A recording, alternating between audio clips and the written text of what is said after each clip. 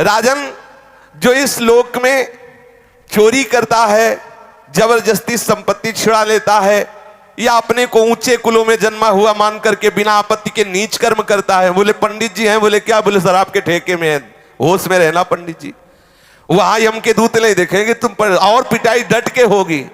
बोलो ब्राह्मण हो करके तुम अपने को ऊंचे कुल का मान करके मांस खाते हो, शराब पीते हो, जब तक त्रिकाल संध्या नहीं तो तुम किस बात के ब्राह्मण हो? त्रिकाल संध्या नहीं, गायत्री, जब ब्राह्मण जानते हो क्यों जगत पूज्य होता? तपस्या के द्वारा संपूर्ण सृष्टि को वो पवित्र रखने की चेष्टा कर, स्वयं दरिद्रता सहता, कष्ट सहता, और महान तपस्या के द्वारा दूसरों के अनुष्ठानों के द्वारा पापों का नाश करके उन्हें पवित्र करता। इसलिए तप बल विप्र सदा बरियारा। आज क्या हो गया? आप शराब पी रहे हो, मांस खा रहे हो, यज्ञोपवीत है ही नहीं। अगर कभी ऐसा हुआ तो ब्याह के समय हो गया, दुल्हन ही खूंटी में टांग दिया यज्ञोपवीत। अब बोलो, अपने को तुम ब्राह्मण कहते हो, कौन सा धर्म है ब्राह्मण का? कौन से आचरण है ब्राह्मण के? क्या होगा? बोले कुछ नहीं, सब कहने सुनने की बातें, तो सुन लो क्या होगा। जो ब्राह्मण हो करके चोरी करता है, बरजोरी करता है, दूसरों के स्वत्त का हरण करता है और सभी गंदे आचरण, अपने धर्म के विरुद्ध आचरण करता है, उसे संदंस नामक नरक में ले जाया जाता है और लोहे के गरम गरम गोले से दागा जाता है। गरम गरम लोहा, ले पियो पंडित जी शराब, ऊपर उनके मुंह में गरम लोहा खोलता हुआ, ले पी। ब्राह्मण बने थे, खूब तपस्या और भजन के द्वारा जगत का मंगल करो, स्वयं अपना कल्याण करो, दूसरों का कल्याण करो, इसलिए बने। और सारा जगत मानता था। अब आप बैठ के शराब पियोगे, आपको कोई कहेगा पंडित जी चरण छुअन? आप बोलो, तुम्हारे हाथ में गंदे आहार देखेगा, तुम्हें कोई ब्राह्मण मानेगा? और है भी नहीं। आपने पूर्व कर्म किए तो ब्राह्मण कुल में जन्मे, अब कर्म क्या कर रहे हो? नीच कर्म। तो नीच हो, जो नीच कर्म कर रहे हो तो नीच हो। देखो गोस्वामी जी ने लिखा, यदि आप भजन नहीं करते तो आप कोई भी हो, हरि भक्ति विहीन जीवन मुर्दे का जीवन है। जिन हरि भगति हृदय नहीं आनी, जीवित सब समानते प्राणी। कोई भी हो, यदि इस लोक में कोई पुरुष काम से पीड़ित होकर के शास्त्र की मर्यादा का त्याग कर, अरे किसी भी जाति का कोई भी हो, कैसे भी हो, केवल हमें काम भाव की पूर्ति करनी है, अगम्या पुरुष स्त्रियों से व्यभिचार करता है, उसे यम पुरुष तप्त सूर्य नामक नरक में ले जाते हैं। और जो स्त्री ऐसी व्यभिचारिणी होती है तो वहां तपाया हुआ पुरुष लोहे का बना हुआ है, आग, बिल्कुल आग, उसमें उसको आलिंगन करने का दंड दिया जाता है। यमराज के दूत ऐसे पकड़ लिए और उसमें अब 1-2 दिन वर्ष नहीं, बहुत काल तक जलते रहो। जो पुरुष पराई स्त्री के साथ व्यभिचार करता है उसके लिए वैसी स्त्री की रचना होती है, वो आग जैसी तपती होती है, बहुत काल तक उसको उसमें आलिंगन कराया जाता है, जलता रहता है, चीखता रहता है। तपाए हुए लोहे की स्त्री या तपाए हुए लोहे के पुरुष की मूर्ति से उसे बहुत काल तक उसमें आलिंगन कराया जाता है। जो पुरुष इस लोक में कामासक्त होकर पशुओं के साथ व्यभिचार करता है, मरने के बाद उसे यमदूत वज्र कांटक सालमली नरक में गिराते हैं। इसमें वज्र के समान कठोर कांटों वाला सेमर के वृक्ष जैसा है, उसको ऊपर ऐसे फेंकते फिर नीचे घसीटते हैं, पूरे वो कठोर कठोर कांटे हैं वज्र जैसे, पूरा शरीर फट जाता है, मरना तो है नहीं। इस लोक में जो राजपुरुषों के घर में जन्म लेकर या श्रेष्ठ कुलों में जन्म लेकर अपने अभिमान से युक्त हो जाते हैं और धर्म मर्यादा का उच्छेदन करते हैं, तो मर्यादा अतिक्रमण के कारण वो वैतरणी नदी में पटके जाते हैं। जो अपनी मर्यादा शास्त्रों ने स्थापित की कि आप जहां हो उसी मर्यादा के अनुसार आचरण करो, आप अपनी मर्यादा को खो देते हैं। देखो, ये जीवन मुक्त होने के लिए सिद्धांत बना है, ऐसा आप ना समझे, जीवन मुक्त होने के लिए बना है। हमारी राष्ट्र व्यवस्था में बड़े पद भी हैं तो छोटे पद भी हैं।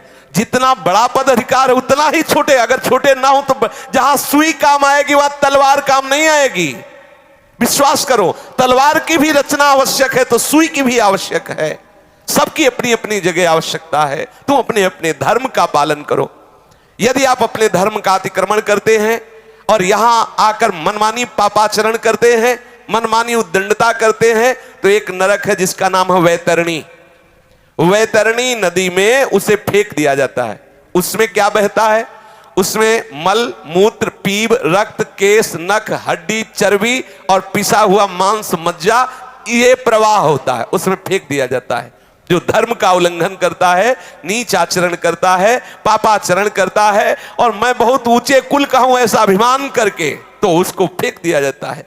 और वहां बड़े बड़े जहरीले जीव हैं, वो बार बार मलमूत्र पीव रक्त कैसे ऐसे करता है, उसी को खाता है, उसी में डूबता है, और जीव उसको काटते हैं। पाप के कारण वो भयंकर कष्ट पाता है, पर उसके प्राण नहीं निकलते, वहां मरना नहीं, वो दुर्गति को भोगता है, बार बार रोता चिल्लाता है, कौन सुने उसकी। जो लोग यहां पवित्रता का त्याग करते हैं, अपने शास्त्र के द्वारा निर्धारित आचरणों का त्याग करते हैं, नियमों का त्याग करते हैं, लज्जा को त्याग करके, तिलांजलि दे करके नाना प्रकार के गंदे आचरण करते हैं, पशुओं के साथ गंदे आचरण करते हैं, उनको ये सब पीव विष्ठा मूत्र कफ आदि से भरे हुए कुंडों में फेंका जाता है। इसे पुयोद नमक नरक कहते हैं। पुयोद वो शाबिनी घृणित वस्तुओं के बीच में बहुत काल तक सड़ता रहता है। यहां जो अपने को उच्च कुल का मानते हैं, कुत्ता पालते हैं, देखो शास्त्र में पहले से लिखा हुआ, देखो कुत्ता द्वारपाल की तरह दरवाजे में है, उसको भोजन दो, उसको रखो। अब वो रसोई में जा रहा, जामन आ रहा, अलग शंका कर रहा, तुम्हारा मुंह चाट रहा है, तुम्हारा, अरे भाई थोड़ी तो मर्यादा रखो। व्यवहार का सब में भगवान है, पक्का है। लेकिन देखो जब आप शौच करते हो तो आपका ही शरीर है, आप फिर माटी लगा के हाथ क्यों धोते हैं? सोचो आप, बोले सर्वम खलविदम ब्रह्म हो, तो शरीर तो मेरा ही है, लेकिन जब सोचते हो तो उसे फिर हाथ लगा के धोते हो। ऐसा नहीं कि उसी से हो सकता है ऐसी भी आदतें हो गई हो कि उसी हाथ से भोजन पालो जाए, ऐसा भी हो सकता है, क्योंकि अब ज्ञान ही खत्म, पशुता आती चली जाए। किसी ने बताया था कागज से पोंछ लिया जाता है, पानी की जरूरत है नहीं। किसी ने, अब हमारे तो समय से अभी तक ऐसा कोई संयोग पड़ा नहीं, लेकिन लोग ऐसा बताते हैं कि एक और विधान चला है, कुछ कागज जैसा होता है, बोले उसे पोंछ रहे भगवान, कैसी है? हाँ, टिश्यू पेपर कह रहे हैं। हाँ, तो जो ऐसे अपवित्र आचरण करता है कुत्ता, देखो यहां कुत्ते के प्रति द्वेष भाव नहीं है, लेकिन आप ठाकुर के लिए रसोई बना रहे हो, ठाकुर सेवा विराजमान है, आप पवित्र, तो आप ऐसा नहीं है कि ये, हाँ उसको रखो, दरवाजे पे रखो, खवाओ पिलाओ उसे, वो द्वारपाल है, उसे खूब सेवा करो, हम इसमें कोई निषेध नहीं है। लेकिन उसको हाँ, अब वो मुंह में चाट रहा है, अब अरे थोड़ा तो ब्रह्म ज्ञान से नीचे उतरो, थोड़ा तो नीचे उतरो। अब वो रसोई की सामग्री तैयार हो रही, वही रसोई की दीवार में लघु शंका कर रहा है, वैसे थोड़ा सावधान रहो। जो शास्त्र के विपरीत आचरण करते हुए और पशुओं का वध करते हैं, या अपने को उच्च कुल का मान करके ये सब ऐसे आचरण करते हैं, वो प्राण रोध नामक नरक में डाले जाते हैं। वहां यमदूत उनको लक्ष्य भेद करके बार बार बाणों से बेधते रहते हैं। जो पाखंडी लोग यहां पाखंड फैलाते हैं और यज्ञ में इससे देवी प्रसन्न होंगी, इससे अमुक प्रसन्न होंगे, बकरा की बलि दो, मुर्गा की बलि दो, ऐसे आदि आदि उदाहरण देते रहते हैं, उनको वैवस विशसन नामक नरक में डाला जाता है, और वैसे ही बार बार उनकी गर्दन काटी जाती है। ध्यान रखना, किसी भी जीव की हिंसा करने से कोई देवी देवता प्रसन्न नहीं होते। हम उनको देवी देवता ही नहीं मानते जो दूसरों की हत्या से प्रसन्न होते हैं। सामर्थ्य दी गई है दूसरों को सुख पहुंचाने के लिए। जितने भी देवी देवता हैं ये सब जगत का मंगल करने के लिए है, ऐसा मंगल करने के लिए। कुपुत्रो जायते क्वचिदपि कुमाता न भवति, पुत्र तो कुपुत्र सुना गया है, लेकिन मां कुमाता नहीं सुनी गई। जगदम्बा मां है, वो तुम्हारे जैसे भाव वाली नहीं है कि उसके तुम जैसे बच्चे हो, वैसे ही बकरा भी बच्चा है, वो अपने बच्चे की गर्दन कटवा के प्रसन्न होने वाली मां नहीं।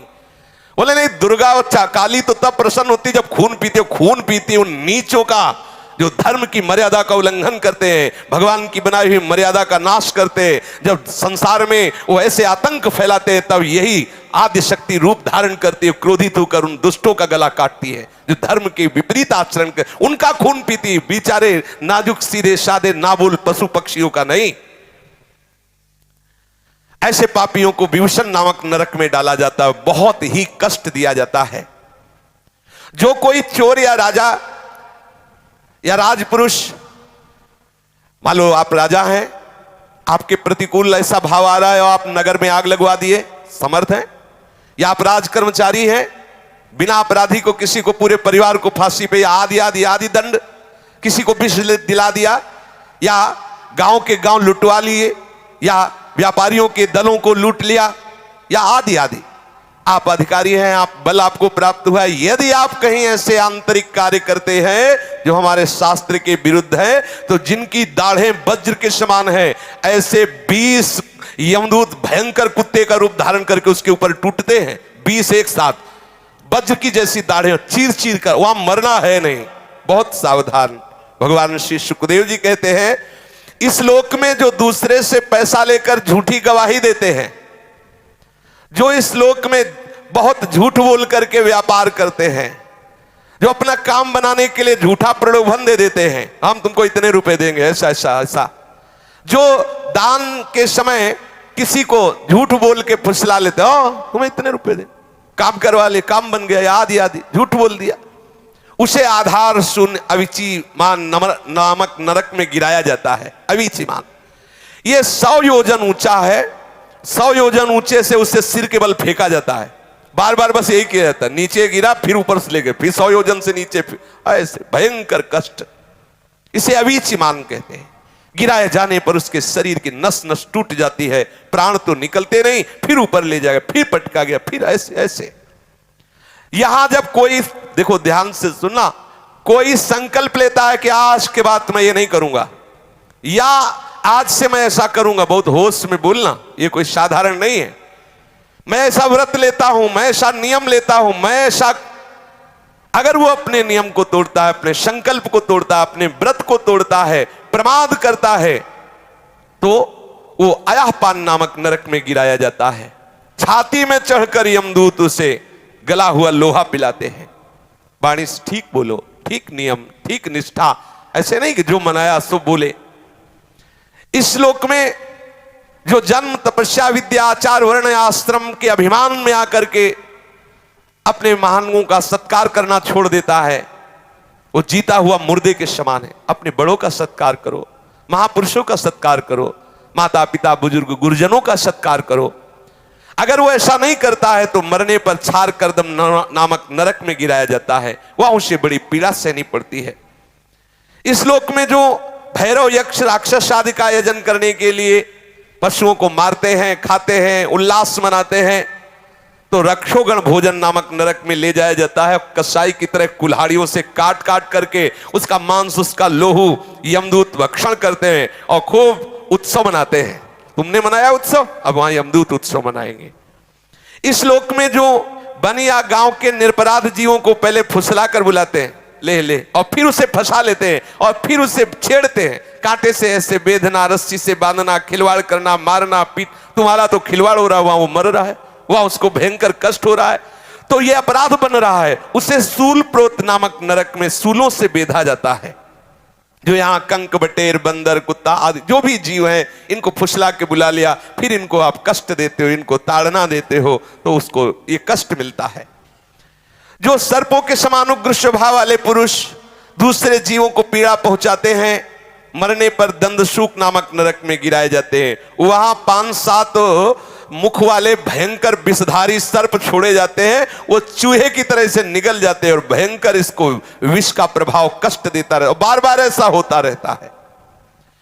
यहां जो लोग किसी का अपहरण करके ले जाते हैं, बच्चों का अपहरण कर लिया, स्त्रियों का अपहरण कर लिया, या धनी मानी किसी का भी अपहरण कर लिया, उनको अंधेरे में रखा, खंतियों में, गुफाओं में, कोठों में रखा, तो परलोक में यमदूत ऐसे स्थान में उनको ले जाके रखते हैं जहां विषैली गैस होती, धुएं से घोटते हैं। इस नरक को अवट निरोधन कहते हैं। जो गृहस्थ अपने घर में आए हुए अतिथि अभ्यागत साधु वैष्णव की तरफ कुटिल दृष्टि से देखता है, मानो भस्म कर देगा। बोले राधे श्याम, ऐसे गुस्सा से देखते, कहां से आ गया, और गुस्सा से मानो भस्म कर देंगे। ऐसा नहीं, 3 बातें तो सबको करनी चाहिए। राधे श्याम अर्थात मृदु भाषण, फिर आसन और जल, इसमें किसी का पैसा नहीं लगता। कोई भी वैष्णव, कोई भी अतिथि आपके दरवाजे आया है, राधे राधे, आइए बैठिए, जल पीजिए। नहीं नहीं, हमें भोजन चाहिए, हमें वस्त्र चाहिए, हमें रुपया चाहिए। अगर आप नहीं दे सकते हैं तो राधे श्याम जाइए आप। ऐसा आप अपने दरवाजे में खड़े हो जाइए, कोई अतिथि आया, मृदु भाषण, हमारी सामर्थ्य नहीं कि मैं आपको दे सकूं, हो गया। जरूरी नहीं कि आप दे ही, लेकिन आप मृदु भाषण बोल सकते हैं। आप गाली देकर, आप क्रोध दृष्टि से उसका अपमान करते हैं। वो आपके द्वारे अतिथि आया है, भिक्षुक आया है, ये आपका भयंकर अपराध बन गया। अतिथि का अनादर करना कहीं भी शास्त्र में नहीं लिखा। आपके दरवाजे आया है, आप मृदु भाषण तो कर ही सकते हैं ना। आप ऐसे तो कर ही सकते हैं कि हमारी सामर्थ्य नहीं, मैं आपको दूं। बस मृदु भाषण बोल दीजिए, आप उसको गाली मत दीजिए, आप उसका अपमान मत कीजिए, आप ऐसी दृष्टि से मत देखिए। अगर आप ऐसा करते हैं, मानो उसे भस्म कर देंगे, तो जब उसका शरीर छूटता है तो उस पाप दृष्टि के कारण गिद्ध, कंक, काक और बटेर जैसी वज्र की कठोर चोंच वाले पक्षी नरक में छोड़े जाते हैं और वो उसको नोचते हैं। इस नरक को पर्यावर्तन कहते हैं। इस लोक में जो व्यक्ति अपने को बड़ा धनवान समझता है, अभिमानवश दूसरे को नीच समझकर उनका अपमान करता रहता है और धन के व्यय और नाश की चिंता में ही रहता है, तनिक चैन नहीं मानता। बस धन, अधिक से अधिक धन बढ़े, चाहे किसी की हिंसा करानी पड़े, चाहे जो भी जैसे भी व्यभिचार से आवे, जैसे भी आवे, वो तरह तरह के पाप करते हुए जो धन एकत्रित करने में बुद्धि लगाए रहता है, वो नराधम मरने पर सूची मुख नरक में गिरता है। उस अर्थ पिशाच पापात्मा के सारे अंगों को भगवान यमराज के दूत बड़ी बड़ी सुइयों के ऐसे सीते हैं, पूरे शरीर को सीते हैं बार बार सुइयों से, ऐसे जैसे कोई कपड़ा सिया जाता है, ऐसे उसमें यही सेवा है उनकी, सीते रहो इसको। ओहो कितना कष्ट। इस प्रकार से सैकड़ों हजारों नरक हैं। कोई ये संशय ना करे कि ये सब लिखी पढ़ी बातें हैं, ऐसा नहीं। अधर्म परायण जीव को निश्चित भोगना पड़ता है। अवश्य में भोक्तव्यम कृतम कर्म शुभाशुभम। बारी बारी से वो नरकों में जाता है और भयंकर कष्ट भोगता है। इसी प्रकार जो धर्मात्मा होता है, पुण्य करता है, वो स्वर्गों में जाता है और विविध प्रकार के स्वर्ग सुख भोगता है। नरक और स्वर्ग के जब भोग भोगे, पाप और पुण्य क्षय हुआ, तो कुछ पाप और कुछ पुण्य लेकर इस मृत्यु लोक में जन्म लेता है। कहीं उत्तम या अधम गतियां उसकी यहां दिखाई देती है। वो धनी है, वो निर्धन है, वो स्वस्थ है, वो रोगी है, ये सब पाप और पुण्य के कर्म परिपाक से है। आप सोचते हैं कि हमें भजन करने की क्या जरूरत है, सत्संग सुनने की क्या जरूरत है, नियम संयम धारण करने की क्या जरूरत है। इसलिए जरूरत है कि तुम्हारी ऐसी दुर्गति ना हो। तुम समझते केवल पशुओं की तरह कमा लो, खा लो, मनमानी आचरण कर लो, कोई देखता तो है नहीं। भूल मत करो। बड़े बड़े महापुरुषों ने जो निश्चय किया है, ये उनके अनुभव के विषय है। साक्षात भगवत स्वरूप भगवान व्यासदेव जी, श्री सुखदेव जी, ये साक्षात भगवान हैं, ये वर्णन कर रहे हैं। ऐसा है, इसलिए डरते रहो, कोई अपराध न बने और निरंतर भजन में रहो। शेष चर्चा आगे। श्री राधा वल्लभ लाल की जय।